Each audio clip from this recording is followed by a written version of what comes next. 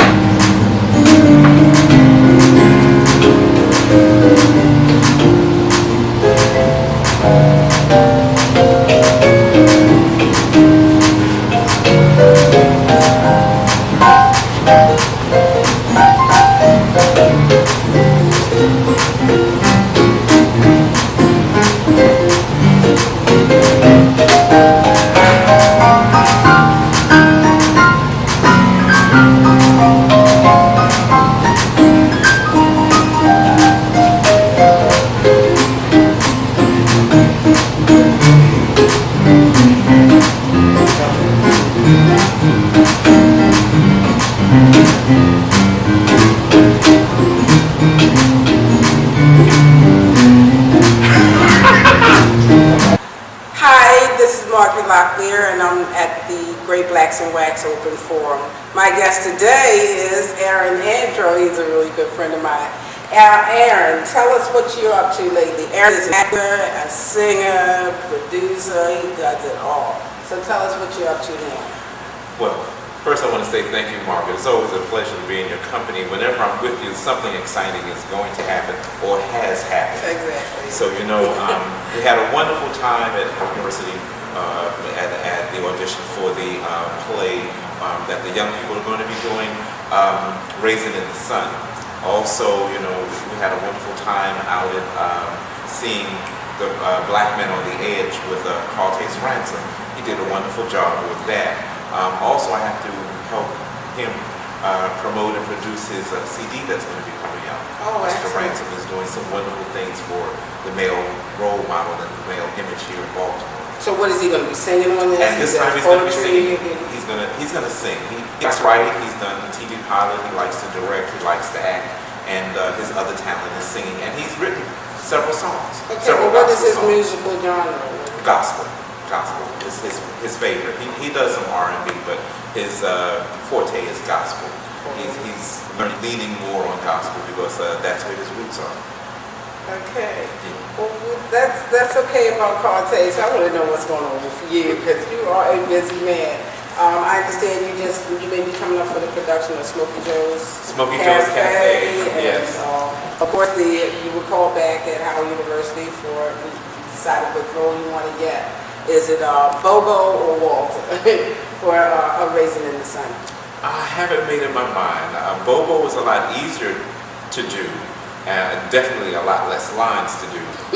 Walter would be a challenge, but that would be a challenge that I would gladly accept. I understand that. And you're also up for another play with Shakespeare. Did we just finish, or did you just finish doing something? We just finished that. That was the Open Circle Theater at Washington, Shakespeare Theater Company. That was Jesus Christ Superstar. But I'm working with a theater company in Washington called the Teatro de Luna. Okay, you want to put that in English for me? Yeah, well, I'm not going to translate that literally, but it's a good company. Actually, obviously, it's a foreign language and it's Spanish. It's a community theater of Latinos and South American folks. They're going to be doing a play, or they're doing a play. The play is called La Lechuga, which means, translated, it means blessed. And it's about three brothers that are getting together and they're talking about their father. Okay. And but my you my speak role, English? I mean, you speak Spanish in this? yo hablo un poco inglés. Okay, so No, how did you get a poco part is in my that role. if you don't speak Well, Spanish? actually, what I do is I interpret. If your Spanish is poco, how are you going to translate? I speak English. So apparently you're not seen in this production? No, I'm not singing. Oh, okay. That's So it's more like the a greatest voice. thing. I'm a voiceover, Oh, a live voiceover. Okay, excellent. You're always in the middle of something. You're also in a current production at the Arena Players. It's called Blue. Yes, You want to tell us yes. a little bit about that? The folks, I went to see Blue, by the way, and it was wonderful. It is funny and poignant. Tell us what you do in there. Blue, oh, I have a cameo appearance. My role there is minuscule. I'm just a little color. I'm just a little bit of background. I am the butler. It's a great play. It was written by, goodness, I think it's Charles Randolph Wright. Or I may get his first name wrong, but I know it's Randolph Wright. The performer that used to sing with Patti LaBelle. Nona Hendrix, folks. Yes. She wrote the music and the lyrics for this play. Yeah. And oddly enough, one of the characters moves to Seattle, Washington. And that's pretty much like a lot of performers have done. They have from East Coast to West Coast, and not everybody goes to LA and San Francisco. Seattle is an interesting place to live. It's a real wild and lively arts community there. But about the play, it's about a family, a well-to-do family. They made their money in the mortician business. Okay. And all mothers aspire to have their children progress and do great things, and they want to make sure, y'all watch every step of the children, from the time that they get out of the bed to, they go to school. They want to make sure that they're getting the right learning, that they don't hang around the wrong crowd, right. Whatever that may be. And so in this production, the mother is the basic role character in this production. And the other character is, his name is Samuel. I'm sorry, Reuben. Okay. Reuben. The two boys in the show are Samuel and Reuben. Right. They are sons of the main role character. And one becomes a mortician and the other one becomes a musician. Okay. And it's a comedy drama. You don't want to tell them too much about it. With You want music. them to come and see, but it is a wonderful Yes. show. Believe me, it's heartwarming, and you'll be surprised at the end. We'll be right back. We like to promote the Spend 10, so we would like you to spend 10 here at the Great Blacks in Wax Shop. We have gifts from all over the country. We have things that you can use for gifts or souvenirs. So join us, and thank you. Well, welcome back, folks. Aaron, I have for my guest today, Aaron ANDROH. And Aaron, I understand you walked in on top of the morning and after midnight shooting last week. That was an interesting project. Yes, I enjoyed it very much. There was a wonderful band there called Lovecraft for the After Midnight Show. Okay, I heard about that. I heard that you were just so phenomenal in your singing that they want you to come back and be a regular with them performing at the top of the world. I'd be delighted to do that. I understand they also performed with Ruby Glover. And that was off the that's wonderful. That was great. She's awesome. I love her. She's awesome. She's awesome, especially right here in Baltimore. Okay. Oh, I got a little surprise for you. I know the producer of After Midnight, and we have a clip. The where was? Oh! That's you.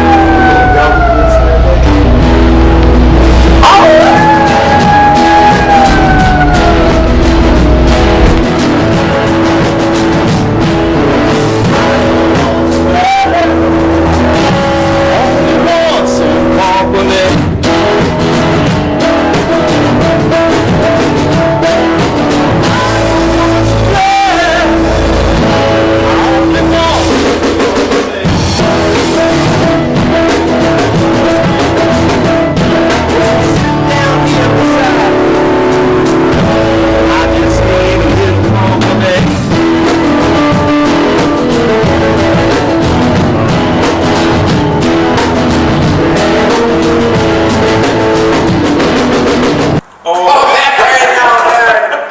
You're too much. You're too much. You're so multi-talented. oh my You're goodness. amazing. Oh my And why has goodness. the world heard about you yet? You know, it wasn't my time. It wasn't my It's time. always your time, darling. You are phenomenal. You really are. Well, so are you, Margaret. Oh. So are you. You know, we're going to kill each other. Mutual admiration society we're creating here. But I'm so glad to have you on my show so that they can see more of you. Folks, stay tuned on Channel 5 Cable for After Midnight, because Aaron's going to be coming up in the very near future. You need to see this show. Thank you, Aaron. Glad you came. Love you. And thank you. If you would like to be a guest at the Great Blacks and Wax Open Forum, contact us at the number you see on the screen, and let us know what you have to contribute. Thank you for coming.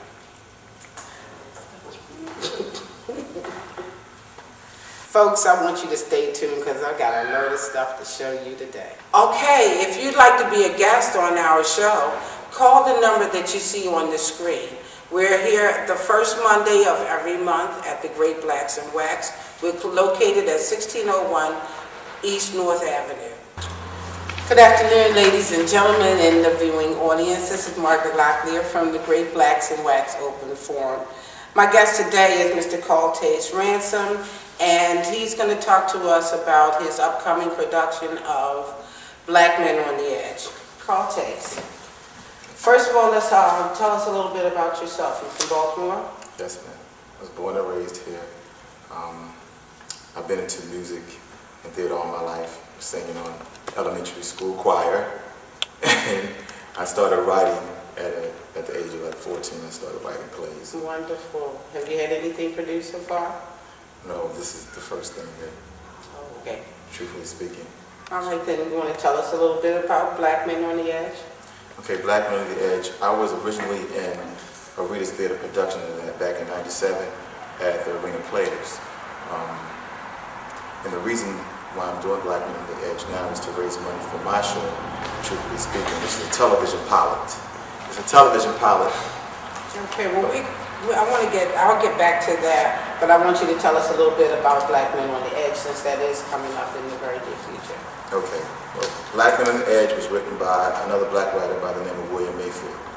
And it's about the 6 men, and it's sort of like, the set is like a support group, Okay. like an AA meeting or whatever, but they all have different issues. It's not about alcoholism or anything. It deals with everything from romance to racism, fatherhood.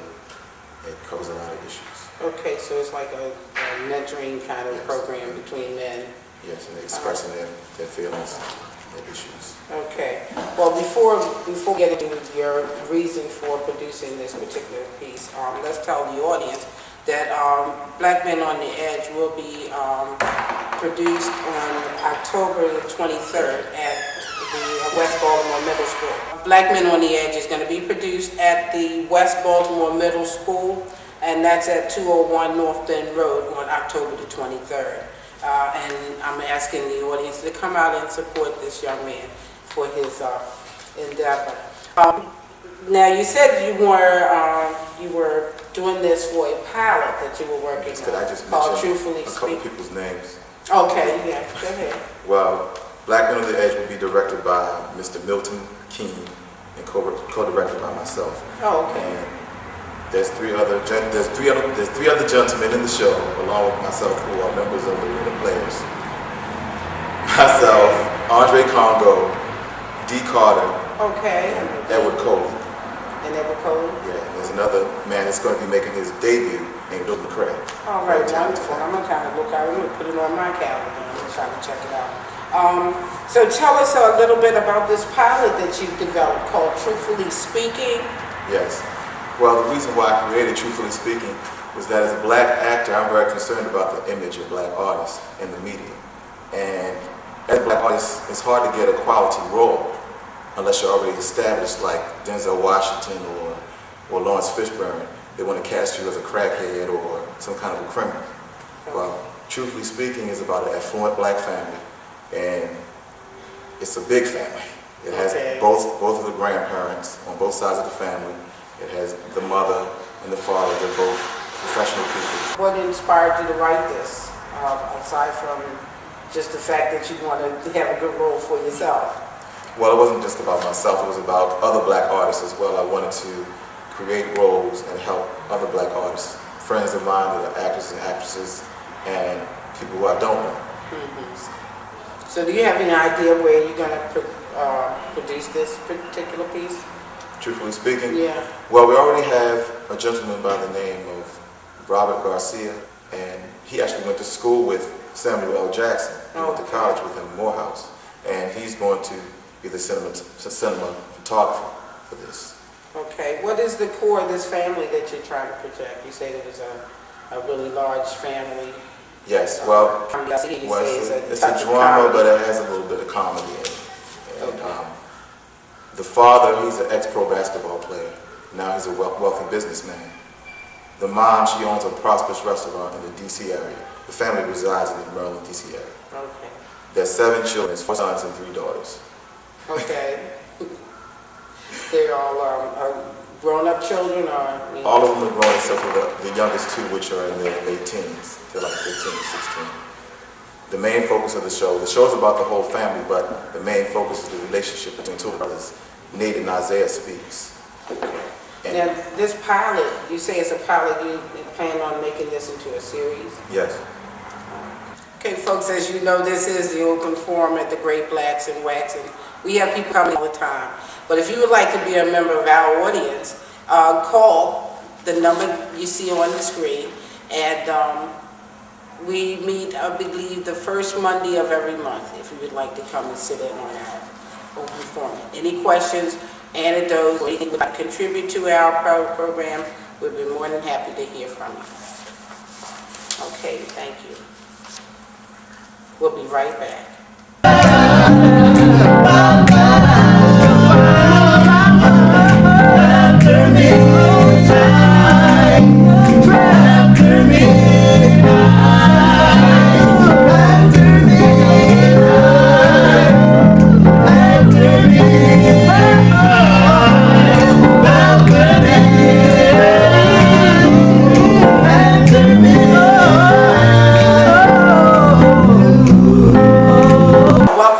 To the Great Blacks and Wax Open Forum. This is Margaret LOCKLEAR, and my guest today is Carl T. Ransom, who is with Truthfully Speaking. We were just talking about his production, his pilot production that's coming up in the near future. You want to tell us a little bit about your character? Well, my character is Isaiah Speaks, and as I was saying before we went to break, my character is Isaiah Speaks, and as I was saying before we went to break, the show is about the whole family, but the main focus is the relationship between 2 of the brothers, Isaiah and Nate Speaks. Okay. And when the show ends, there's a graduation that just took place at Howard University. Isaiah and Nate both just graduated from Howard University. Okay. Isaiah graduated with a degree in law. Okay. And Nate graduated with a degree in journalism. They're very tight, they're very close. But Isaiah was forced to becoming responsible at a young age because he became a father of twin boys. So Nate and Isaiah like to cut up a lot. Well, they used to like to cut up a lot. Isaiah can't cut up anymore because he has to take care of his twins. Okay. And at that graduation party, before that graduation party, Nate bets Isaiah that he won't have the nerve to go have a little drink with him before the party, and he takes him up on it. So they both show up at the party, which takes place at their mother's restaurant, the upscale restaurant, and they show up in front of the whole family, intoxicated. Okay. So it goes on from there. And by the way, Margaret, I forgot to mention one very important person. His name is David Ross, and he's a very talented poet and actor from Baltimore. He's also going to be appearing in Black Men on the Edge. Oh, okay. He's going to be performing one of the poems by the great Paul Laurence Dunbar, and he also has out a poetry CD of his own, which will be on sale at the production. Great. Well, I got an idea for you. I mean, since you were interested in Marvin Gaye, and why don't you write that for yourself? Write the screenplay yourself. That's an idea. I might just start that. You might just start. Yes. Why don't you just do it?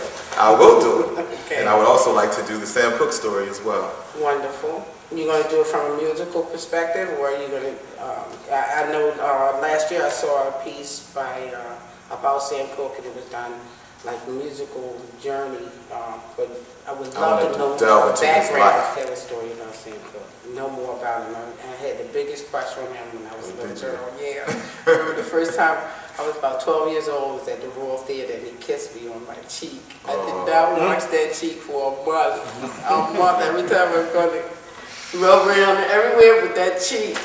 And then I remember when he was killed, I was devastated. It was the same as if it was my dad or my boyfriend or something. I was just totally devastated by that. So yeah, I would like to know more about him. And Marvin Gaye, of course, as well. I don't think anybody's ever done any stories on him. Let's talk about it, but I hope they don't beat me to it, so I'm going to get them that script as soon as possible. I got that. Okay, well, who were some of your role models as you were coming up? What inspired you to be a writer, I see, and singer, and what? Well, I've always admired people like Sidney Poitier and The good ones. yes, yes, and Denzel too.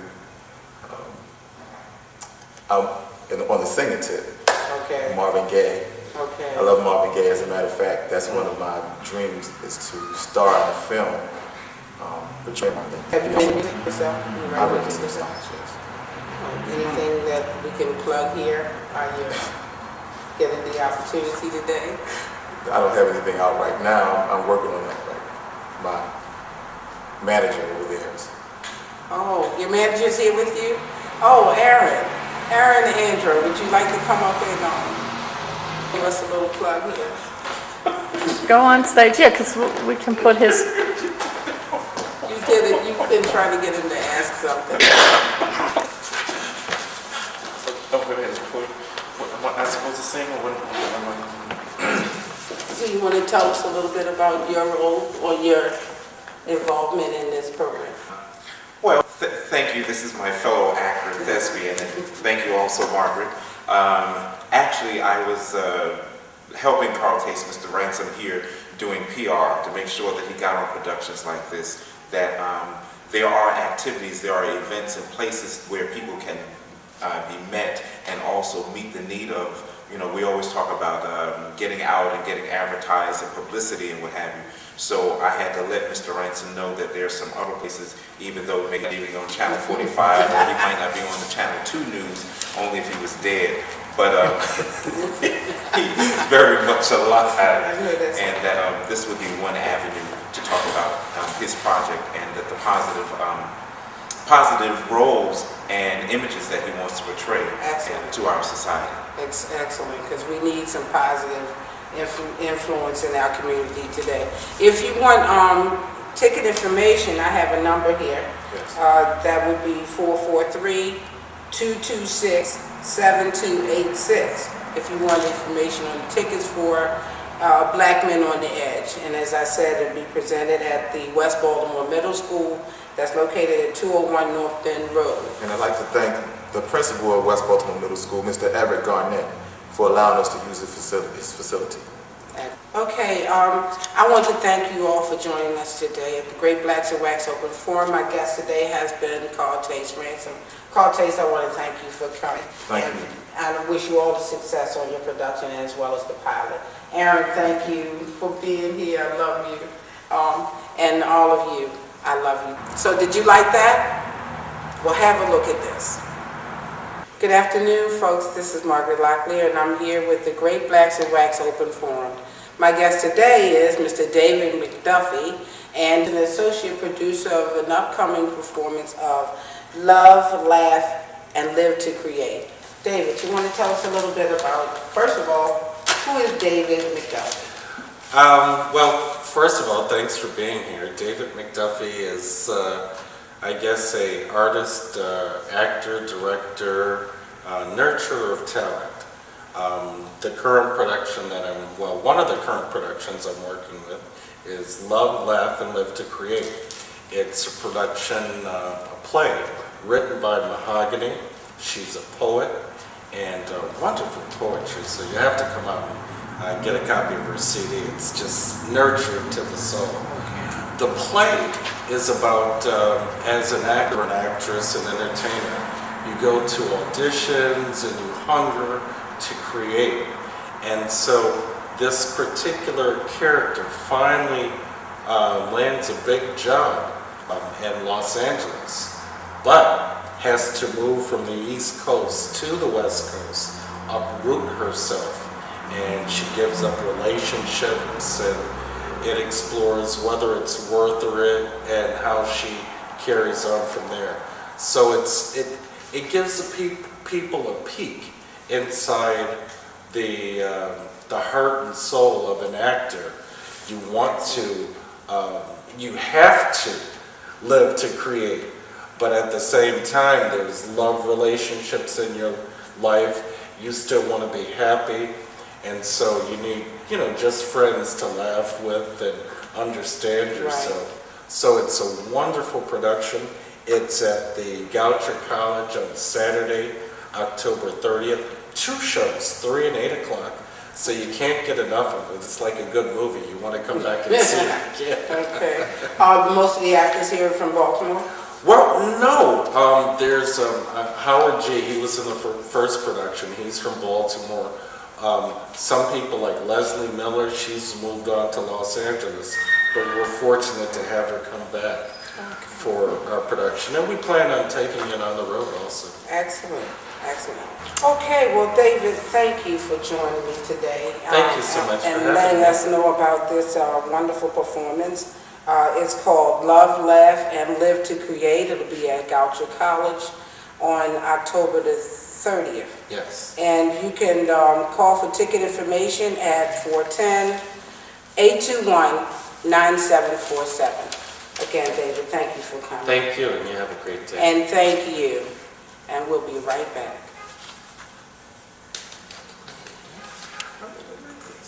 Okay, we're going to cover a lot in the future. We're going to talk about politics in our communities and what we need to do to promote that, voting.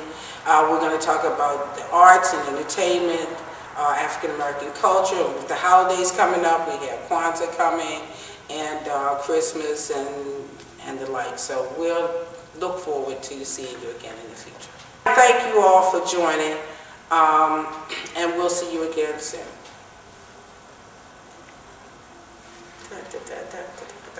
You tapped it.